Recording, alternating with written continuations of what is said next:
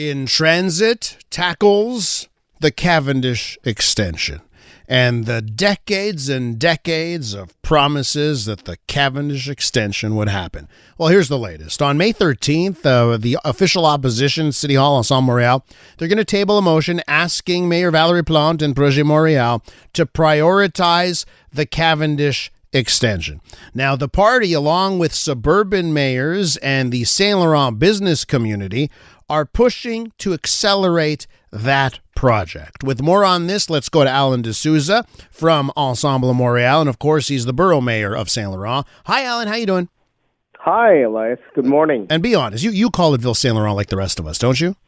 Everyone calls it Ville Saint-Laurent, you know. You never lose your title. It's Ville Aimard, Ville Saint-Michel, Ville Saint-Laurent. That's what we are. That's what everyone knows us as. All right, Alan, the man from VSL. So, Alan, let's get down to this. The development this morning, you had a press conference. Is it today that you're having a press conference?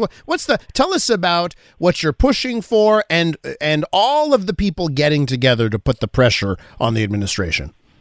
Well, let's be clear. The fact that Ensemble Montréal has to bring a motion to council asking the Plante administration to keep its word, to do the studies they undertook 2 years ago today, to deposit it before the BAP, to provide the money in the CapEx budget, and to maintain the deadlines that they themselves submitted to the environmental hearings, shows you how bad it's gone.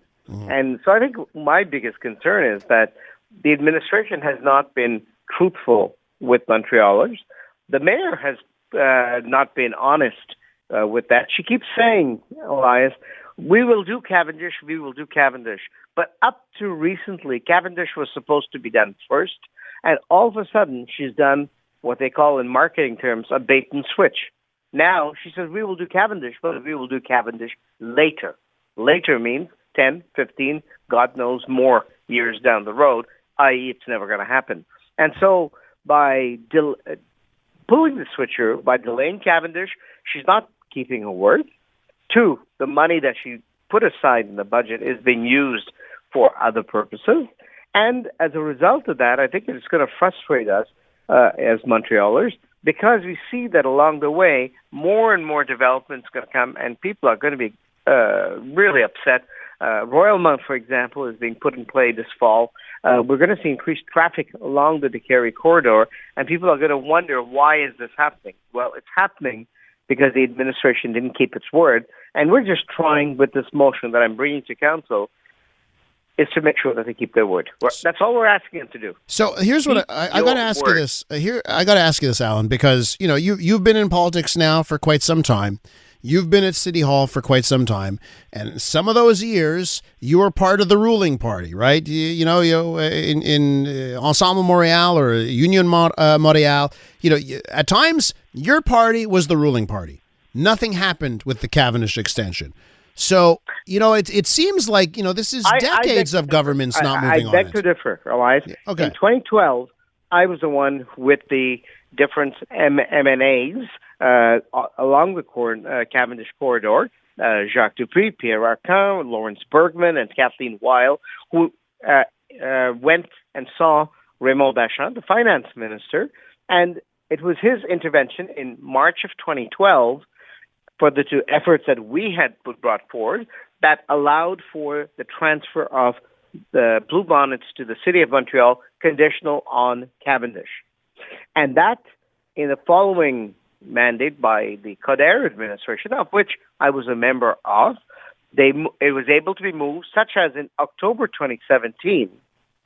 From 2012 to 2017, the transfer of the land actually happened. Mm-hmm. So the Plante administration inherited something that their predecessors had spent hours working on, negotiating with CP, with CN, with the provincial government, et cetera, et cetera. So they got it up to them on a platter in October 2017, because in November 2017, who got elected? It wasn't Denis Coderre. Uh-huh. It was Valérie Plante. So Valérie Plante had got a gift handed to her, saying, here's the land. Just keep the promise with regard to Cavendish. So they veered off the path. kept in the last 6 to 7 years. So they veered off that path. The plan was in place, but they decided to take the exit. Administrations had done nothing on it. I beg to differ. I was the person there in 2012, and I was there all through 2017. And I can tell you as a witness that that's what actually happened, and verifiable. You go and check it out. You'll find out what I'm telling you is true. Okay, so what do you tell us the best arguments here on what the Cavendish extension would unlock in potential for the area? And I'm seeing talk of the Namur de la Savane area, of course, the Hippodrome site. Give me the vision here, your best argument that Valerie Plante's going to have to try and argue against as to what this would unlock if we went through with it. Well, the easiest thing is to use the mayor's own words. She said that she would be a mayor of transport, and she said that transport first. Take that to its simple extension, whether she promised the pink line, never got delivered. In this case, she is promising 20,000 units.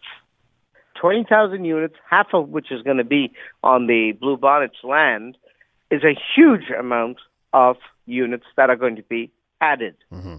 The worst intersection, and most of your listeners know this already, is Jean Talon de Carey. To think that you can add on 10,000 units west of Décarie without thinking that people will just come by bike is probably fanciful thinking. And the key to unlocking the value of Bluebonnets is making sure that you've got transport options on the west side, i.e. Cavendish. So let's just be clear.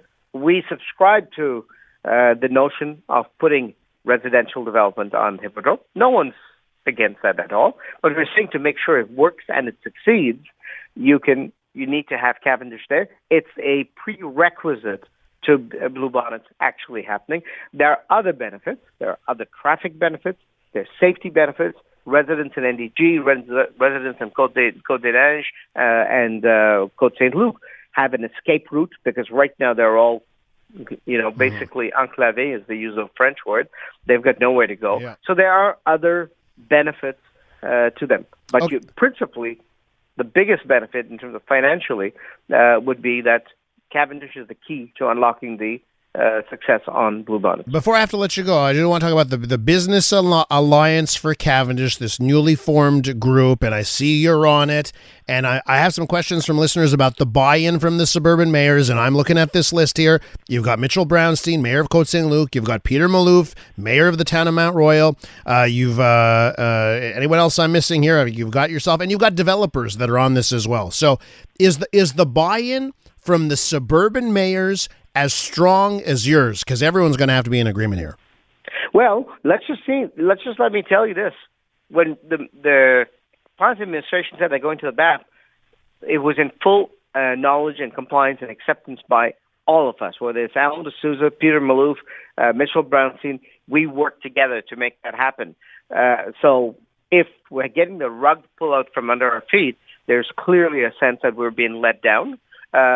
I can tell you that my fellow mayors are vehemently opposed to putting Cavendish off to the back burner. But it's not just us. We represent the communities, and I can tell you, whether it be the business community, people who are located in that area whose employees don't have access, people who are located in the area that have problems doing shipments to their own businesses, people doing development in the area, whether they be Westbury, whether it be Namur de la Savane, whether it be Décarie Square, or the new commercial venue that's opening up in Royalmount later this year.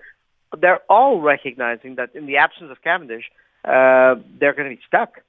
And so there's broad acceptance from the business community, whether you be a developer or whether you be a business operating in the area.